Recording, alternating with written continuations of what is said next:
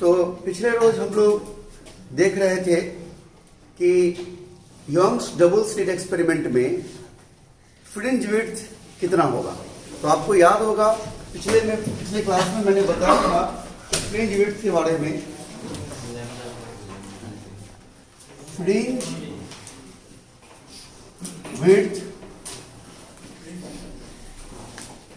Lambda D by D आया। यहां पर बहुत जोर देकर सीखने की बात है कि लैम्डा वेवलेंथ था वेव का, डी स्क्रीन और कार्डबोर्ड के बीच का सेपरेशन था और डी दोनों स्लिट के बीच का सेपरेशन था। अब ध्यान दीजिए मीडियम में वेवलेंथ पर क्या असर होता है, ध्यान दीजिएगा। जैसा कि हम जानते हैं कि वैक्यूम में प्रकाश का वेग c होता है, तो c बराबर फ्रीक्वेंसी इंटू वेवलेंथ होगा। और मीडियम में भी फ्रीक्वेंसी वही होता है, फ्रीक्वेंसी नहीं बदलता। और वेवलेंथ मान लीजिए मीडियम में लैम्डा है। और ये भी हम जानते हैं, यहां पर हम ऐसे कर ले c बाई वी एम कर दें तो ये हमारा हो जाएगा लैम्डा बाई लैम्डा है। और हम जानते हैं कि c बड़ा होता है Vm से, इसीलिए c बाई वी एम बड़ा होगा 1 से। इसीलिए lambda by c by V M बड़ा होगा से लैम्डा बाई लैम्डा एम जो है वो क्या होगा, बड़ा होगा 1 से। यानी लैम्डा एम जो है वो छोटा होगा लैम्डा से। यानी मीडियम में लाइट का वेवलेंथ क्या होता है, छोटा हो जाता है। यानी that is wavelength of light decreases in the medium। अब लाइट का वेवलेंथ घट जाता है मीडियम में। इसका मतलब यह हुआ कि अगर यंग्स का जो पूरा एक्सपेरिमेंट है, पूरा सेटअप है, कल वो पूरा हो गया, ये सब हम बता रहे हैं ऑब्जेक्टिव में काम आएगा। तो यंग्स का जो पूरा सेटअप है उसको अगर हम किसी मीडियम में डाल दें तो मीडियम में चूंकि वेवलेंथ कम हो जाता है तो फ्रिंज विड्थ क्या हो जाएगा, कम हो जाएगा। यानी if entire setup of Young's experiment is placed in medium, then fringe width decreases।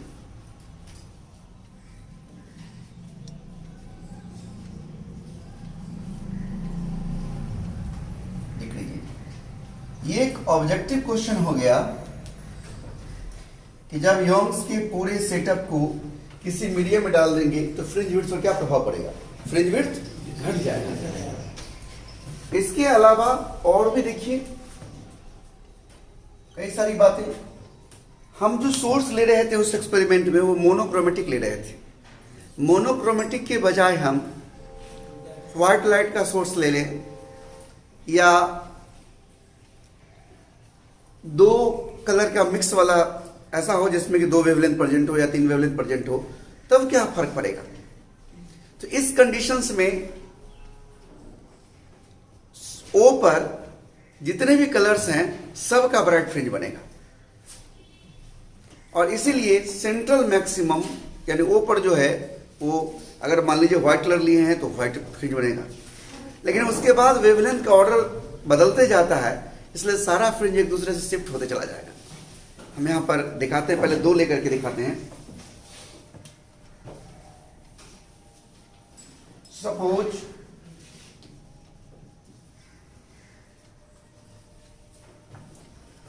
source of light contains 2 wavelengths,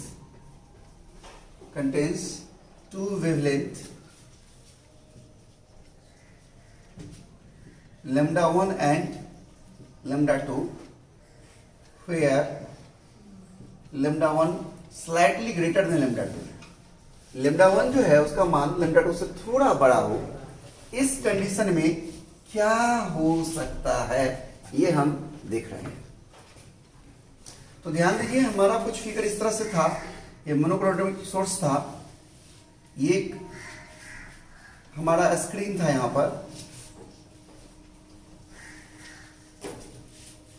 और ये हमारा कार्डबोर्ड था।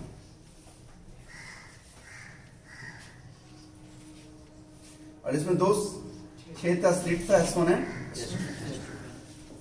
हमारा ये O था।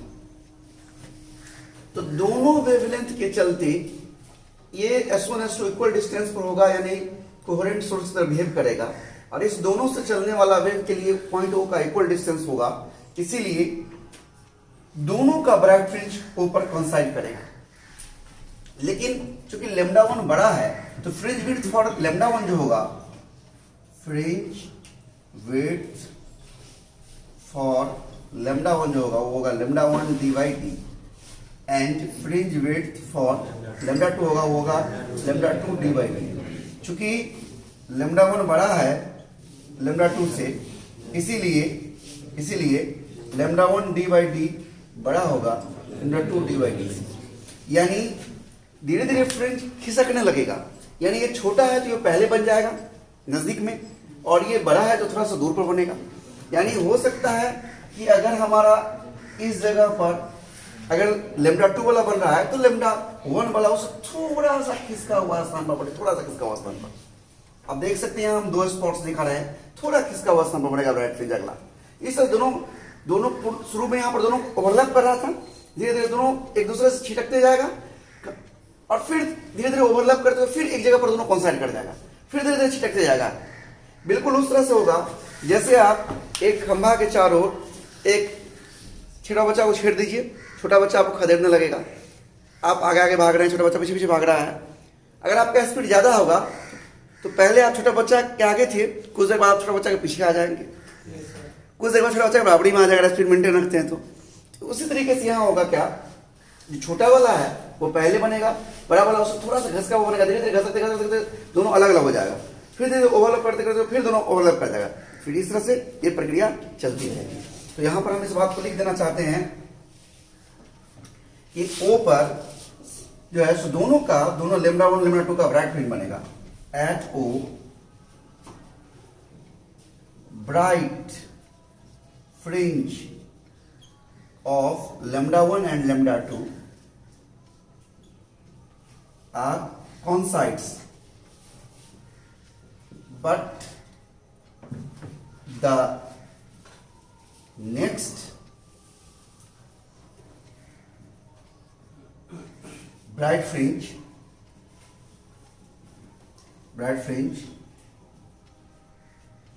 of next bright fringe of lambda 2, and lambda 2 का पहले बनेगा क्योंकि छोटा है। Next bright fringe near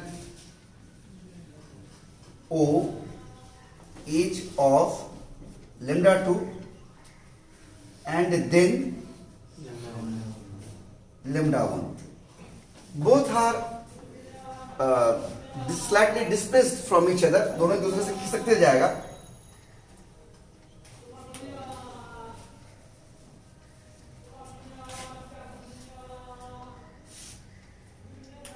Next fringes are not coincides but slightly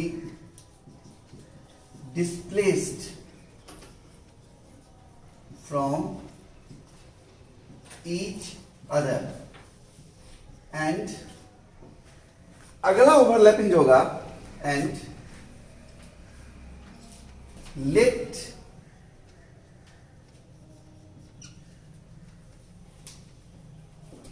nth bright fringe of lambda 1 coincides with n plus 1th bright fringe of lambda to. ध्यान दीजिएगा, जो lambda one बड़ा वाला है तो उसका फ्रिंज की चौड़ाई ज्यादा होगा, और लेमडा टू छोटा वाला है तो उसका कम होगा। तो जब लेमडा वन से लेमडा टू छोटा वाला का एक फ्रिंज ज्यादा हो जाएगा, जिस समय पुट जाएगा, तब जाकर के एक दूसरे से कोइंसाइड करेगा। हम यहाँ पर थोड़ा सा समझाने के लिए हम ब्लू और ब्लैक कलर का इस्तेमाल करके दिखाते हैं, हालांकि ब्लू ब्लैक में पता चलेगा नहीं उतना। देखिए, जैसे मान लीजिए कि अगला ये ब्लू कलर हमारा, ये जो ब्लू है ये कलर बता रहा है लेमडा टू को, और ये जो ब्लैक है वो बता रहा है लेमडा टू। ये समझाने के लिए मैं ऐसे लिख रहा हूं। तो देखिए ध्यान से, ये यहां पर ये देखिए हमारा ब्लू वाला फ्रिज बना किसका? लेमडा टू का, और इससे थोड़ा सा ओवरलैप करते हुए देखिए ये बना हमारा लेमडा वन। दोनों का छिटका हुआ है। अगली बार क्या होगा, अब ये जहां पर खत्म हुआ ब्लू वाला, वहीं से फिर ब्लू वाला का डार्क होगा। अब ब्लू वाला का डार्क होने के बाद फिर ब्लू वाला का ब्राइट होगा। ये ब्लू वाला का ब्राइट है, देखिए। अब इसका जो ब्लैक वाला का जो डार्क होगा वो तो यहीं पर इतना दूर में होगा ना। तो अगला देखिए ओवरलैपिंग, जो अगला ओवरलैपिंग देखिए यहां से, देखिए दोनों का इतना एक दूसरे को चढ़ गया। धीरे धीरे छिटकते छिटकते एक ऐसा समय आएगा जब दोनों अलग अलग हो जाएगा। एकदम ब्लैक वाला एकदम अलग हो जाएगा, ब्लू वाला एकदम अलग हो जाएगा एक दूसरे के। फिर धीरे धीरे एक दूसरे पर हावी होने लगेगा। फिर एक दूसरे पर क्या होगा, ओवरलैप धीरे धीरे करने लगेगा। करते करते करते करते एक जगह से आएगा जहां पर दोनों ओवरलैप कर जाएगा पूर्ण रूप से। पहले तो अलग हो गया यहाँ पर, फिर धीरे धीरे ओवरलैप करते करते दोनों एक दूसरे पर ओवरलैप कर जाएगा। तो अगला जो ओवरलैपिंग होगा वो तब होगा जब ब्लू वाला, यानी जिसका वेवलेंथ छोटा है लेमडा टू वाला का, एक ज्यादा हो जाए संख्या किससे, उसी। ये पर हम लिखेंगे let nth bright fringe of lambda one coincides with n + 1th bright fringe of lambda two. अब ऐसा हुआ, इसका मतलब लेमडा वन जो है बड़ा वेवलेंथ वाला, वो n वेवलेंथ में जितना दूरी चला वही दूरी लेमडा टू वाला n + 1th में कवर कर लिया, तब दोनों एक दूसरे पर आ गया। Therefore n वाला किसका, लेमडा वन का, यानी लेमडा वन d/d। ये जो चौड़ाई है, देखिए चौड़ाई जो है इतना इतना चौड़ाई जोड़ते गए n वो का चौड़ाई, तो कहीं कोई जगह पर आया। अब उसी जगह पर इस n + 1th वाला को पहुंचना है, यानी लेमडा टू वाला को पहुंचना है, यानी क्या होगा n + 1 है लेमडा टू d/d। देखो लेमडा टू d/d दूरी जो है n + 1 का भी इसी के बराबर हो गया, तो दोनों क्या हो गया, एक दूसरे के ऊपर चढ़े गया। नहीं बात समझे? ये जो हमको समझ में आ रहा है, खिसकते गए। जब यहां से दूरी लेमडा वन वाला का जो एनमा का जो दूरी है, वही दूरी लेमडा टू वाला का प्लस एनमा वन मतलब एक ज्यादा वाला हो जाए, दोनों एक ही जगह पर, फिर से कोइंसाइड कर गया। तो क्या हो जाएगा, सॉल्व करेंगे तो ये हो जाएगा n लेमडा वन बराबर n + 1 इंटू लेमडा टू, यानी n लेमडा वन बराबर n lambda two plus lambda two. थोड़ा सा सॉल्व कर दिया, n कॉमन लीजिए, lambda one minus lambda two बराबर लेमडा टू, इसलिए n बराबर लेमडा टू बटा लेमडा वन माइनस लेमडा। यानी कैमा फ्रिंज अगला फिर कोइंसाइड कर जाएगा, दोनों एक दूसरे पर ओवरलैप कर जाएगा, एक दूसरे से खिसकते हुए बना, और फिर आगे कहीं ओवरलैप किया, वो कैमा करेगा लेमडा टू बटा lambda one minus lambda two, जहां लेमडा वन बड़ा वाला वेवलेंथ है, लेमडा टू छोटा वाला, और ये जो एनमा है वो बड़ा वाला का वेवलेंथ है। एनमा किसका है, बड़ा वाला का। बड़ा वाला का एनमा, बड़ा वाला का एनमा मिल गया, छोटा वाला का उससे एक ज्यादा वाला, ये फिर से कोइंसाइड करेगा। ये भी एक ऑब्जेक्टिव क्वेश्चन है, ये सब ये पूछता है आपकी जनरली बुक में, आपके एनसीईआरटी सब चर्चा ही नहीं सब का होगा, लेकिन ऐसा पूछता है क्वेश्चन के आंसर में।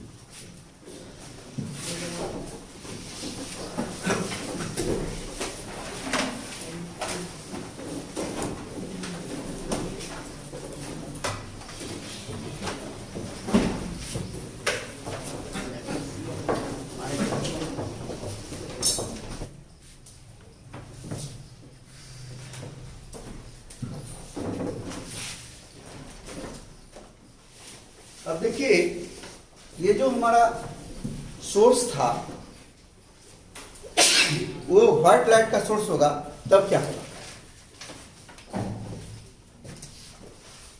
If S be the source of white light, then at O the bright fringes of all colors are coincides. क्या होगा? सभी रंग का ब्राइट फ्रिंज का कंसाइड करेगा, एंड हेंस O becomes किस कलर का हो जाएगा? व्हाइट। सब कलर का मिक्स हो गया ना? But the next orders are of the order of Hughes, of the order of VIBGYOR। यानी अगर हमारा O सोर्स है, ये हमारा स्लिट है, ये O हमारा व्हाइट होगा, लेकिन आगे जो होगा, जो भी फ्रिंज बनेगा, अब तो बहुत पास बनेगा, अब इतना लिखना नहीं दिख रहा थोड़ा, लेकिन फिर भी VIBGYOR इस कलर में होगा। फिर धीरे धीरे आगे कहीं ओवरलैपिंग हो सबका, बात समझ रहे हैं? इस तरह का ऑर्डर होगा हमारा, visual, violet, indigo, blue, green, yellow, orange, red. चूंकि वेवलेंथ सबसे कम इसका है, नजदीक होगा, सबसे दूर रेड होगा, क्योंकि रेड का वेवलेंथ सबसे ज्यादा है। इस ऑर्डर में हमारा बात समझ में आ गया? अब ऑप्टिकल पाथ क्या होता है, अब हम देख रहे हैं ऑप्टिकल पाथ। ये क्या हुआ है? मान लीजिए कि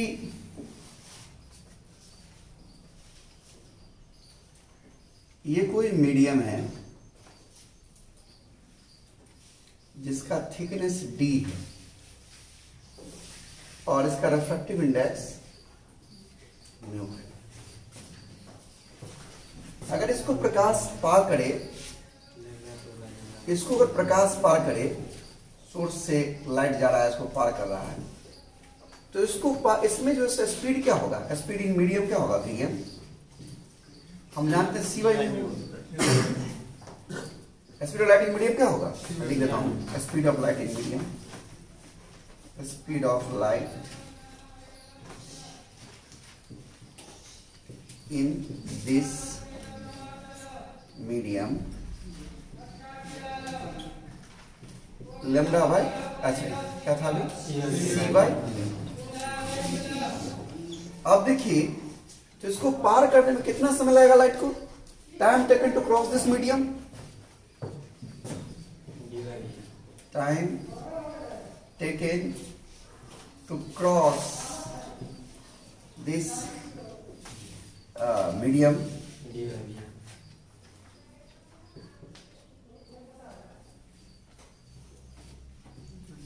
D बटा वेलोसिटी इन मीडियम। मैं T लिखता हूं, T बराबर D बाई, थोड़ा तोड़ दीजिए, D बटा C बाई, यानी म्यू D बाई C। इतने ही समय में, जितना देर में इस मीडियम को पार किया, इतने ही समय में वैक्यूम में प्रकाश कितना दूर चला जाएगा? तो जितना दूर चला जाएगा वही दूरी ऑप्टिकल पाथ कराता है। During this time,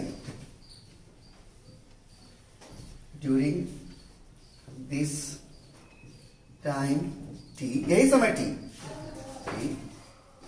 the distance traveled by light in vacuum क्या होगा? बराबर होगा C इंटू टी, यानी C और T का मान क्या है हमारा? म्यू D बाय C, यानी बराबर क्या हो गया? म्यू D जो है वो ऑप्टिकल पाथ है इस मीडियम का, जिसका रिफ्रैक्टिव इंडेक्स म्यू हो और थिकनेस D है। इस D के लिए अभी बदलेगा, D का मान तो ऑप्टिकल पाथ ही बदलेगा ना। तो डी थिकनेस वाला मीडियम जिसका रेफ्रेक्टिव म्यू है उसका ऑप्टिकल पाथ यानी here mu d is called optical path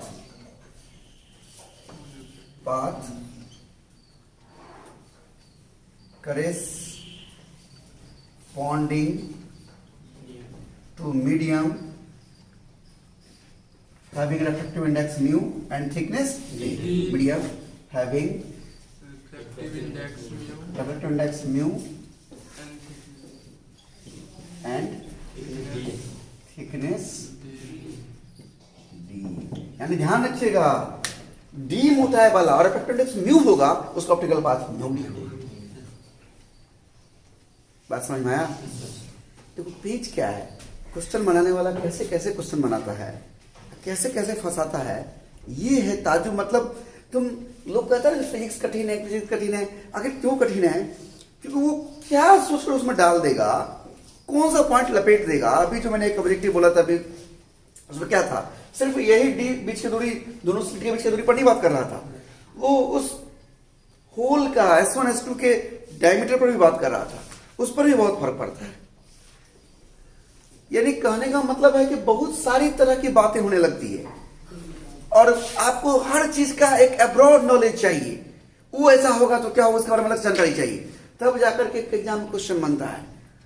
और चूंकि हम लोग तो एक सीमित, लोग क्या कहता है एनसीईआरटी पढ़ना है, इतना ही पढ़ लेना है, इसलिए आपसे क्वेश्चन नहीं बनता। आपको जितना पढ़ना उसके अलावा चारों तरफ भिन्न भिन्न दिशाओं में पढ़िए, तब जाकर आपको क्वेश्चन बनेगा।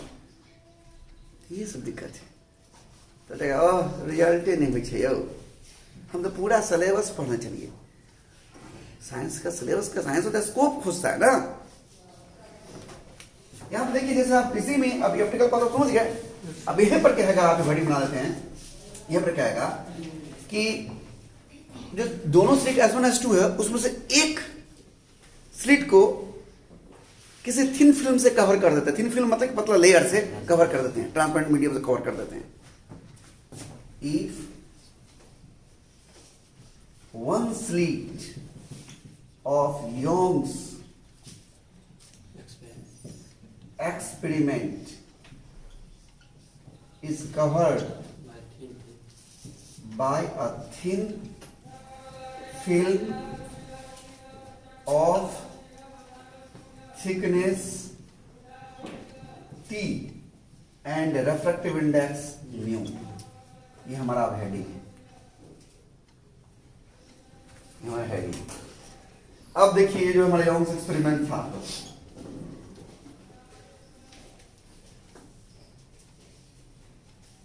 इसमें जो दोनों स्लिट है S1 S2, इसमें से एक के सामने हम ये थिन फिल्म रख दिए हैं जिसका थिकनेस T है, रिफ्रैक्टिव इंडेक्स।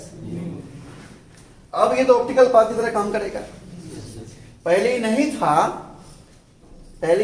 था, तो प्रकाश सिर्फ T दूरी चल रहा है। लेकिन अब मीडियम में T दूरी चलेगा तो वैक्यूम में कितनी दूरी के बराबर होगा? T म्यू दूरी के। जैसे यहाँ D मीडियम है तो म्यू D दूरी के बराबर हो गया, नहीं हो गया? जब मतलब T म्यू दूरी चला। अब इससे चलने वाला वेव ज्यादा रास्ता चल रहा है, ज्यादा दूरी, यानी मान लीजिए हम दिखा रहे थे ना x1 x2 दिखा रहे थे ना, तो मान लो x1 का मान T म्यू ज्यादा हो गया और x2 का तो वही x2 है, तो सेंट्रल ब्राइट फ्रिंज बने, ऊपर ब्राइट फ्रिंज बने, इसके लिए दोनों का पार्ट डिफरेंस तो 0 होना चाहिए। लेकिन इसका पार्ट डिफरेंस 0 कैसे होगा? ये तो अब T म्यू ज्यादा हो गया है इसके पाथ से, तो ये O यहां पर नहीं होकर के वो कहीं खिसक कर O डैश पर आ जाएगा।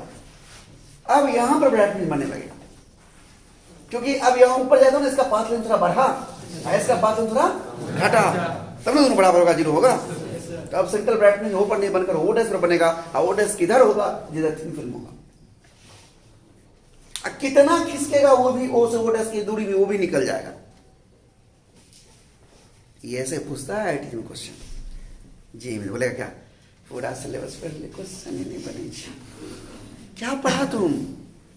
तुमको अंदाजा है हम लोग जो आज के डेट में स्थिति ये हो गई, खराब लगता है हम लोग को कि अब हम लोग को भी मन नहीं लगता, हमसे इतना दिमाग लगा क्यों पढ़ाएं। कारण है क्या, बच्चे इंटरेस्टेड नहीं है ना, बच्चे आते हैं उस तरह से, बच्चों को किस तरह से उपास रहा है। नीतीश सरकार तो ऐसे ही बांट रही है डिग्री, लेते जाओ लेते जाओ लेते जाओ। आजकल कोई कुछ नहीं है। अरे 395 नंबर ला करके लड़का मेडिकल में कम्पीट कर जाता है। यहाँ आप 450, 452, 460 नंबर तुमको आता है, 463 नंबर आता है पिछला बार देखो ना, आता तुमको कुछ नहीं होता है, तो बैठा हुआ आता है, क्योंकि तुमको पास कराने का सिर्फ प्रकार ठेका ले लिए, रोजगार तुमको मिलेगा नहीं। और पहले ऐसा नहीं होता था। हम लोग समय में तो 400 नंबर किसी को नहीं आता था, समझ रहे ना, 375, 80 जाते जाते टॉपर हो जाता था। ये सब बात है। तब का पढ़ाई दूसरे तरह का होता है, ध्यान दीजिए। तो यहां पर भी हम ये समझा रहे थे कि the way propagating from the slit 1 has path length कितना हो जाएगा, वैक्यूम में कितना दूरी होगा, बोलने दो मुझे।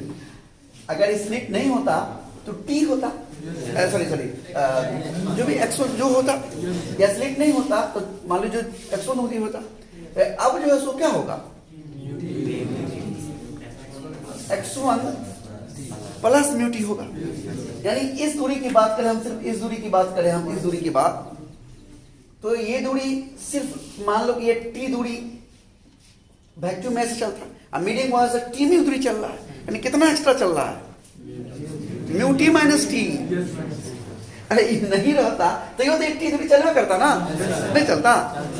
अब ये मीडियम आ गया है तो अब इसकी वजह से कितना चल रहा है, म्यू टी, तो कितना एक्स्ट्रा हुआ। वो ब्लू शर्ट वाला नहीं समझा, तो दिमाग पर जोर दे रहा है, खड़ा हो जाओ। हाँ नहीं ना समझा यहाँ पर, लेकिन नहीं रहता तो यो प्रकार से यहाँ पहुंचने के लिए टी दूरी चलता कि नहीं चलता, चलता है टी दूरी। अब जो ये आ गया है तो इसके लिए अब कितना दूरी चलना पड़ेगा, म्यू टी, तो कितना एक्स्ट्रा दूरी चला, बस समझ में आया। अब लिखेंगे now the wave propagating from slit S1 will have to travel extra path length कितना, तो म्यू की मीडियम वेव चलेगा, मीडियम और सीधा की चलता, यानी कितना एक्स्ट्रा, म्यू की माइनस, यानी टी को मिलेगा mu minus 1 into। Therefore, central Bragg fringe will not form at O. It will slightly displaced to O dash towards where the slit is, where thin film is placed. उस दिशा में इधर thin film placed कर दिया गया, रखा गया है। Therefore, now central bright fringe is not exactly formed at O. It will displace to O dash, where O dash is towards O dash किधर है, तो जिधर फिल्म प्रेजेंट रखा गया है, that is towards where, that is दिखा जरा ना, अभी जगह नहीं इतना उतार लो फिर बात करते हैं, जगह को वो देखो।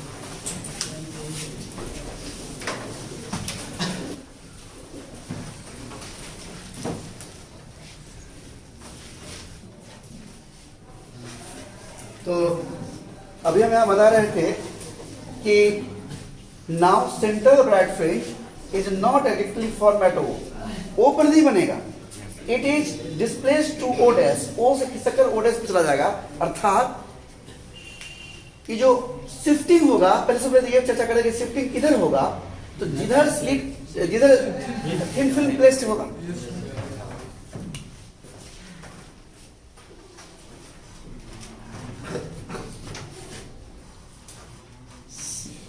shifting is always takes place towards the side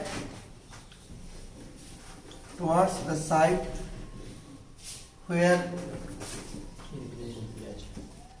thin film is placed।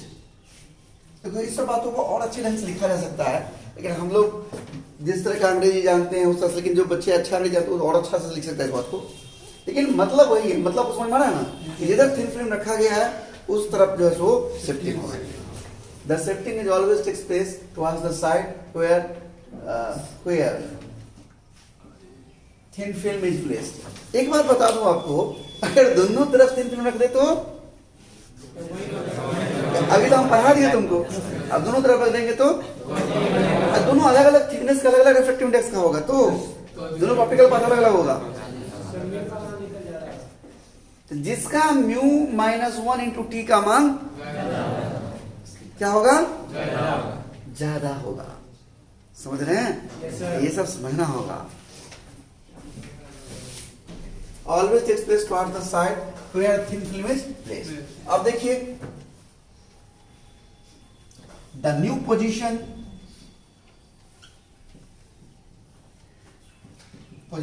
Of central bright fringe is O dash.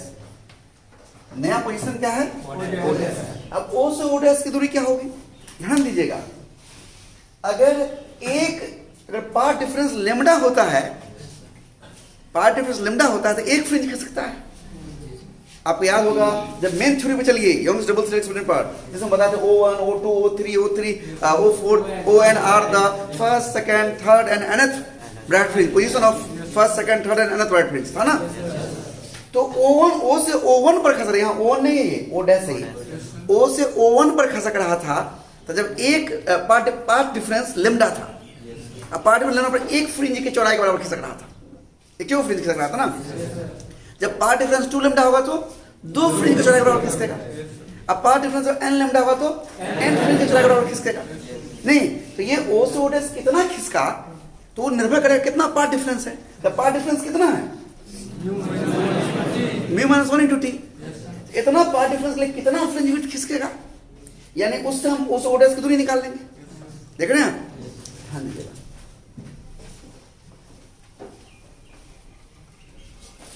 अब हम इसको लिखेंगे, देखिए हम बात तो समझ रहे हैं लेकिन लिखें कैसे, ये सबसे बड़ा बात है। इसको लिखिए कैसे ताकि आपको समझ में भी आना चाहिए और सामने वाला को भी समझ में आना चाहिए। तो यहां पर लिखना पड़ेगा कि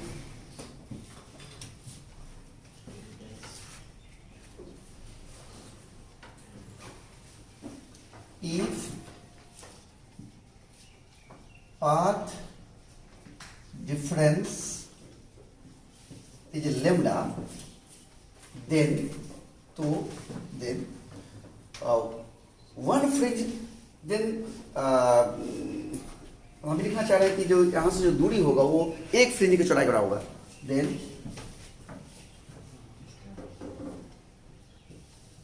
shifting distance is equal to width of one fringe।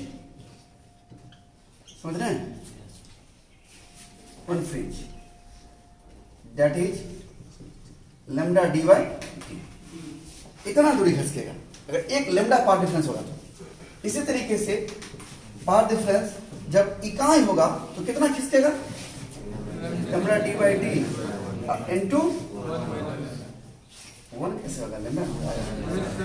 इसलिए जब पार्ट डिफरेंस कितना होगा म्यू -1 इंटू टी,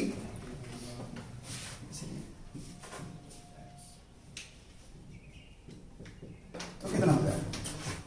कट जाएगा D by T into mu -1 into. जब इतना पार्ट डिफरेंस है तो इतना दूर खिसकेगा, ठीक है ना। Shifting distance is equal to width of one fringe, अर्थात एक फ्रिंज की चौड़ाई यानी इतना। तो जब इतना है तो इतना फ्रिंज इतना तो हो जाएगा। देयरफॉर O डैश बराबर कितना हो गया? Mu -1 into T into D by D. अब आपको न्यूमेरिकल अगर इसमें पूछ देता है कि इतना रिफ्रैक्टिव इंडेक्स है थिन फिल्म का, इतना उसका थिकनेस है, तो बताइए कितना दूर खिसक जाएगा। ठीक है, पर मीनिंग निकला कि नहीं, क्योंकि लिखने में मुश्किल होता रहता है थोड़ा सा उस बात को उस रूप में लिखना। मैंने लिखा यहाँ पर कि the new position of frontal bright fringe is O dash हो गया। If path difference is lambda, अगर पार्ट डिफरेंस लेमडा हो, किसके बीच का पार्ट डिफरेंस, इस दोनों सोर्स से जो वेव चल रहा है उसके बीच का पार्ट डिफरेंस लेमडा हो, then shifting distance is equal to width of one fringe, एक फ्रिंज की चौड़ाई, अर्थात एक फ्रिंज चौड़ाई कितना होता है, तब इतना ही दूर खींचेगा अगर पार्ट डिफरेंस लेमडा हो। तो ये कहाँ पार्ट डिफरेंस होगा, मैं तो पढ़ा ना लिमिट एक नियम, तो कितना हो जाएगा, 1/, इतना यानी इतना दूरी तो खिसकेगा। और जब पार्ट डिफरेंस इतना है, इस दोनों के बीच का पार्ट डिफरेंस कितना है, ठीक है। मैं लिखा हूं कि now the wave propagating from slit S1 will have to travel an extra path length इतना, किसके तुलना में, S2 तुलना में, विथ रिस्पेक्ट टू S2, समझ रहे ना। तो इतना हमारा दोनों के बीच का पार्ट डिफरेंस है, इसलिए इतना दूर खींचना हो। इतना दूर में कितना नंबर ऑफ फ्रिंज होगा वो निकाल सकते हैं, कितना फ्रिंज खिसक गया, फ्रिंज की संख्या, तो लैम्डा डी बाई टी से भाग दे देंगे। Number of fringe shifting,